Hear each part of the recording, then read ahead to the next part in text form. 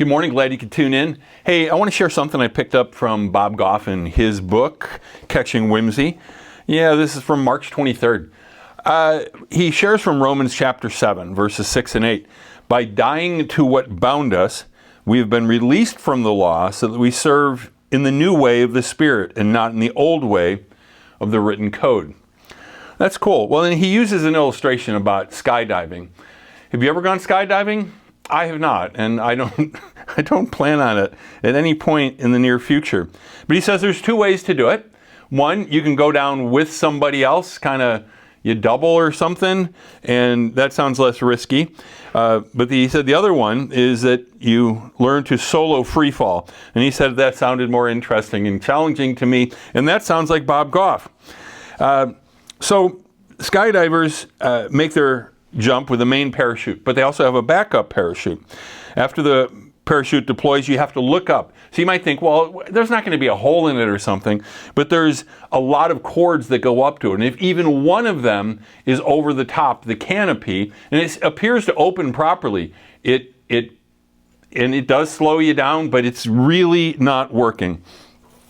But you might think it is. So you have to look very carefully. So just one line over the top, it is a big deal.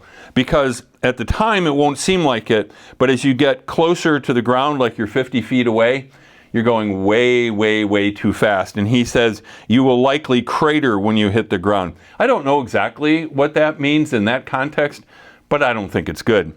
Then he goes on to say it's a little counterintuitive because one of the key things is at that point you have to go into free fall again. I mean, if it was me, well, I mean, I would need to wear Depends or something. I mean, I just couldn't do this.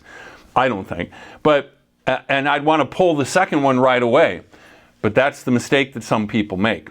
They pull the second one right away. You have to free fall for a while. Why? To get rid of, after you cut that other one away, that it's completely gone. Because if it gets tangled, he uses another expression here. He said the second free fall in the middle is the key. If both the main and reserve parachutes are out at the same time, they'll wrap together, and then it is game over. He doesn't have to interpret game over to me. And this is not a video game. It's completely over. So here's the point. Just because something looks right doesn't mean that it is really working the way it's supposed to work.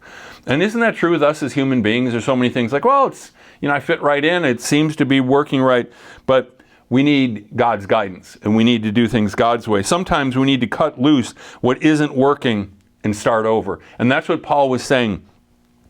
That's what he's getting at when he talked about cutting away the old things in our life. And the new way is following the Spirit. We're not under the law anymore. Now, there's kind of this tension in Scripture. I mean, we've been covering it in 1 John. It talks about kind of like, almost like we can live this sinless life, but if we do fail, well then ask Jesus for help. But if we're a real follower, then but you can get to the point where it's like, well, which one is it? And the reality is we're not under the law anymore. But the goal is still to follow the shepherd. And if we follow the shepherd and we follow the Spirit, we're not going to be breaking God's laws because we're going to be living a life of love. And so he goes on to say, in what area of life have you been flying with a string or two over the canopy? Maybe it's a wrong relationship. Maybe it's a bad job for you. And some people are going to say, okay, Bob, Paul, but, otherwise, if I break off that relationship, I'll be alone. And if I quit that job, I'll be jobless, right? I understand that. But sometimes to do the right thing, cutting something loose will throw you into a free fall for a moment.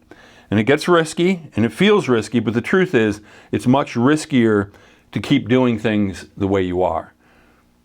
Pull this free fall, pull the second chute, and trust Jesus. God bless you. Have a great week.